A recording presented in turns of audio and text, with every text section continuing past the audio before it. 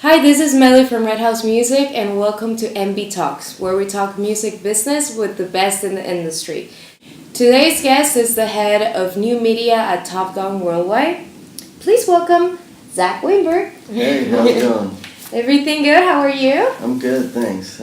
We're going to ask you a couple of questions about new media. So, it's very important to develop yourself as an artist, as a brand. What are some basic things artists must have had crafted before searching for a record label? Well, I mean, it depends on what kind of artist you are. You know, if you're an Ariana Grande type and you're just, kind of like a beautiful singer and you've got the right look and you kind of just want to be molded, into whatever people think is going to sell the most, then, yeah, go right away for a record label. Put up something on YouTube, do something quick, and have some kind of piece of content for someone to find you. Mm-hmm. But otherwise, which is most of the music industry, the record label is actually going to end up coming last. Mm-hmm. The first thing I think if you're starting out that you really want to ask yourself is, how big do I want to be and how much money do I make? Want to make at least, because that's really the cornerstone of what's going to then become the business model and the expectations that you set for yourself as a band. Some people are like more comfortable with playing small venues, doing what they want to do, finding fans that, appreciate what they want to play. And some people, have a message maybe, and they want to get it out there to as many people as possible. And, sometimes that means adapting your style to what's popular, to, what you can make successful, and what's, the benefits of the strengths of your band. So once you figure that out, I think some other questions to ask are, who are you as a band? What do you want to say?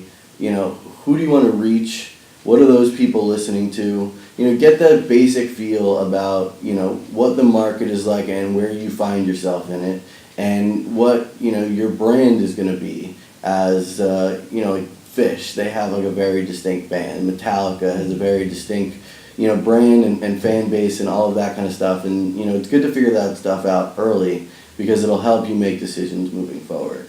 Then once you figure that out, it's kind of time to start putting some music together, start building your team out, and a lot of times your friends are going to be your biggest help getting started. A lot of people, you start a band, they want to get involved with the band. Sure. And you can get them to help you out with certain things. You're going to need someone to, be at the merch booth.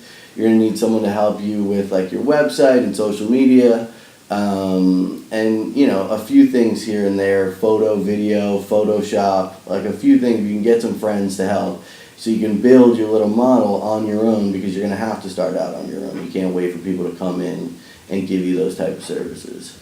Once you've got your little team together, you've got maybe a little bit of money to start recording, get an EP's worth of music out, even if you're just putting it on a disc, and writing on it in Sharpie. Just have that music. It's good to, be able to hand people something, have something for them to check out, have something for them to pass along to other people in the industry or just their fans. And, put together a few basic pieces of merchandise, because if you can build, even just the start of the merchandise business relative to your size, it's going to give people an idea of, how vigorous your fans are, and what you can expect in scale as you grow as a band.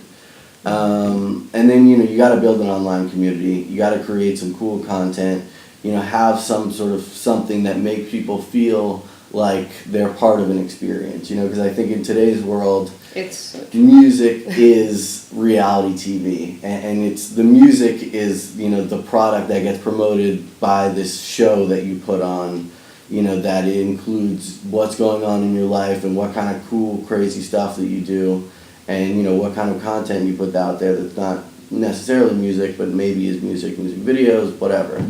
Exactly. At that point, now you've got a little bit of a self-reliant business together. You can start to look out for a manager, a lawyer, and an agent. And it just kind of depends on what sort of band you are that's going to determine what comes first. Or just your opportunities also. If you meet someone, if you have a friend, he's really good, you trust him a lot, maybe, you get that manager right away. And maybe, if you're playing a lot of live shows and you've got someone in the band who's sort of on his game, then maybe you get an agent right away. And a lawyer, I think, should come kind of at the beginning as well, and be separated from those other two components so that you know he's in this for you, you know, because he's got to be looking out. And then, you know, get a little bit of recognition, get some, you know, press, whatever, and then go after a record label. All right. So, you got to work first. Very good. Thank you.